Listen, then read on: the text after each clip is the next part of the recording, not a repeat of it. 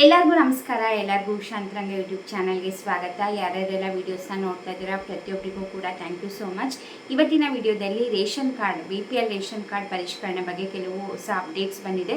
ಇದೆಲ್ಲದ್ರ ಬಗ್ಗೆ ಮಾಹಿತಿನ ಕೊಡ್ತೀನಿ. ನೀವು ಏನಾರ BPL ಕಾರ್ಡ್ ಫಲಾನುಭವಿಗಳಾಗಿದ್ದರೆ ವಿಡಿಯೋನ ಸ್ಕಿಪ್ ಮಾಡ್ದಲೇ ಸಂಪೂರ್ಣವಾಗಿ ನೋಡಿ. ಹಾಗೆ ಯಾರೆಲ್ಲ ಹೊಸಬ್ರು ಚಾನೆಲ್ನ ನೋಡ್ತಾ ಇದ್ದೀರಾ ಅಥವಾ ಸಬ್ಸ್ಕ್ರೈಬ್ ಮಾಡ್ಕೊಳ್ದಲ್ಲೇ ನನ್ನ ವೀಡಿಯೋಸ್ನ ನೋಡ್ತಾ ಇದ್ದೀರಾ ಅಂತಂದರೆ ಎಲ್ಲರೂ ಕೂಡ ಸಬ್ಸ್ಕ್ರೈಬ್ ಮಾಡ್ಕೊಳ್ಳಿ. ತುಂಬ ಜನ ವೀಡಿಯೋಸ್ ನೋಡ್ತೀರಾ ನಂದು, ಬಟ್ ಸಬ್ಸ್ಕ್ರೈಬ್ ಮಾಡ್ಕೊಂಡಿರಲ್ಲ, ಲೈಕ್ ಮಾಡಲ್ಲ, ಶೇರ್ ಮಾಡಲ್ಲ, ಕಮೆಂಟ್ ಮಾಡಲ್ಲ. ಸೊ ಸಪೋರ್ಟ್ ಮಾಡಿ. ಎಲ್ಲ ನೀವು ಸಪೋರ್ಟ್ ಮಾಡಿದ್ರೇ ನಮಗೆ ಇನ್ನೂ ಕೂಡ ಮೋಟಿವೇಶನ್ ಸಿಗುತ್ತೆ, ಹಾಗೆ ನಮ್ಮ ವೀಡಿಯೋಸ್ ತುಂಬ ಜನಕ್ಕೆ ರೀಚ್ ಆಗುತ್ತೆ. ಸೊ ಹಾಗಾಗಿ ಲೈಕ್ ಮಾಡಿ, ಶೇರ್ ಮಾಡಿ, ಸಬ್ಸ್ಕ್ರೈಬ್ ಮಾಡ್ಕೊಳ್ಳೋದನ್ನ ಮರಿಬೇಡಿ. ನಿಮಗೆ ರಾಜ್ಯ ಸರ್ಕಾರ, ಕೇಂದ್ರ ಸರ್ಕಾರದಿಂದ ಬರುವಂತಹ ಎಲ್ಲ ಹೊಸ ಹೊಸ ಅಪ್ಡೇಟ್ಸ್ಗಳು, ಹೊಸ ಯೋಜನೆ ಬಗ್ಗೆ ಮಾಹಿತಿಗಳಾಗಿರ್ಬೋದು, ಪ್ರತಿಯೊಂದನ್ನು ಕೂಡ ನಾನು ಅಪ್ಡೇಟ್ ಮಾಡ್ತಿರ್ತೀನಿ. ಬನ್ನಿ ಇವತ್ತಿನ ವಿಡಿಯೋನ ಶುರು ಮಾಡೋಣ.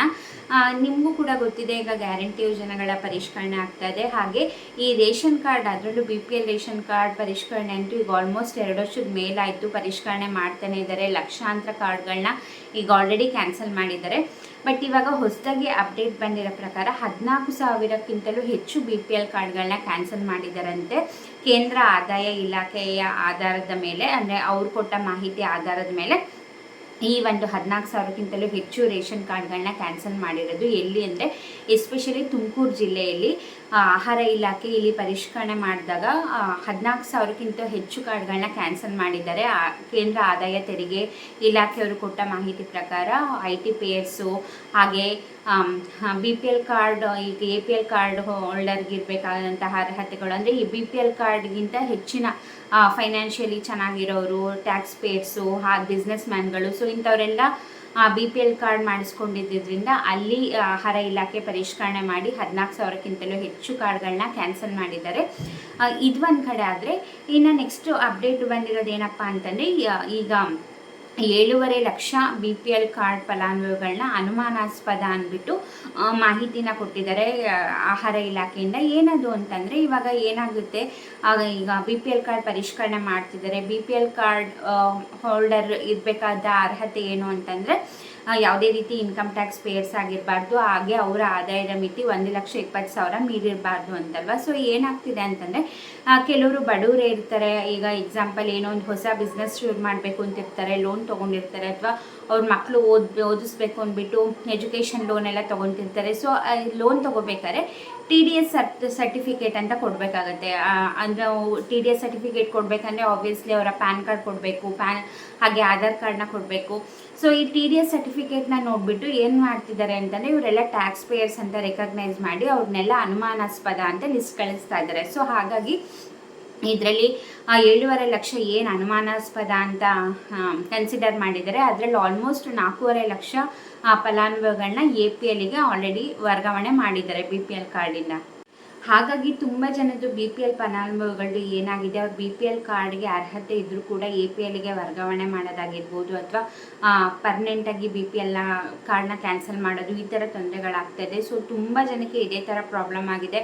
ಪಾಪ ತುಂಬ ಜನ ಅರ್ಹರಿರ್ತಾರೆ. ಈ ಅನರ್ಹರನ್ನ ಕ್ಯಾನ್ಸಲ್ ಮಾಡೋದ್ರಲ್ಲಿ ಸಾಕಷ್ಟು ಜನದ ಅರ್ಹರದ್ದು ಕೂಡ ತುಂಬ ಜನದ್ದು APLಗೆ ಟ್ರಾನ್ಸ್ಫರ್ ಆಗಿರೋದಿರ್ಬೋದು, ಅಥವಾ BPLನ ಕಾರ್ಡ್ನೇ ಕ್ಯಾನ್ಸಲ್ ಮಾಡೋದಿರ್ಬೋದು. ಸೊ ತುಂಬಾ ತೊಂದರೆ ಆಗ್ತಾಯಿದೆ. ನಿಜವಾಗ್ಲೂ ಸರ್ಕಾರದವರು ಇದ್ರ ಬಗ್ಗೆ ಗಮನ ಹರಿಸಲೇಬೇಕು. ಒಂದು ಲೋನ್ ತೊಗೊಂಡಿದ್ದಾರೆ, ಲೋನ್ ತೊಗೊಂಡಿರೋದು ಎಜುಕೇಷನ್ ಪರ್ಪಸ್ಗಿರ್ಬೋದು, ಅಥವಾ ಸಣ್ಣ ಪುಟ್ಟ ವ್ಯಾಪಾರ ಮಾಡ್ತಿರ್ತಾರೆ. ಸೊ ಇನ್ವೆಸ್ಟ್ಮೆಂಟ್ಗೆ ಅಂದ್ಬಿಟ್ಟು ಒಂದು ಸಣ್ಣ ಪುಟ್ಟ ಅಮೌಂಟು 2 ಲಕ್ಷನೋ 3 ಲಕ್ಷನೋ ಈ ಥರ ಲೋನ್ ತೊಗೊತಿರ್ತಾರೆ. ಬಟ್ ಲೋನ್ ತೊಗೊಂಡ್ರು ಅಂದ ತಕ್ಷಣ ಅವರು ಫೈನಾನ್ಷಿಯಲಿ ಚೆನ್ನಾಗಿರ್ತಾರೆ ಅಂತನೋ, ಅಥವಾ ಟ್ಯಾಕ್ಸ್ ಪೇ ಮಾಡ್ತಿರ್ತಾರೆ ಅಂತನೋ ಅಲ್ಲ. ಅವರು ಕೂಡ ಚೆಕ್ ಮಾಡಬೇಕು. ಈಗ ಏನು ವೆರಿಫೈ ಮಾಡ್ತಾರೆ ಅಧಿಕಾರಿಗಳು, ಇವ್ರು ಇನ್ಕಮ್ ಟ್ಯಾಕ್ಸ್ ಕಟ್ತಾ ಇದ್ದಾರಾ ಏನು ಅಂತ. ಒಂದು TDS ಪೇ ಮಾಡ್ತಿದ್ದಾರೆ ಅಂದ ಕೂಡಲೇ ಅವ್ರು ಇನ್ಕಮ್ ಟ್ಯಾಕ್ಸ್ ಪೇಯರ್ಸ್ ಅಂತ ಖಂಡಿತ ಅಲ್ಲ.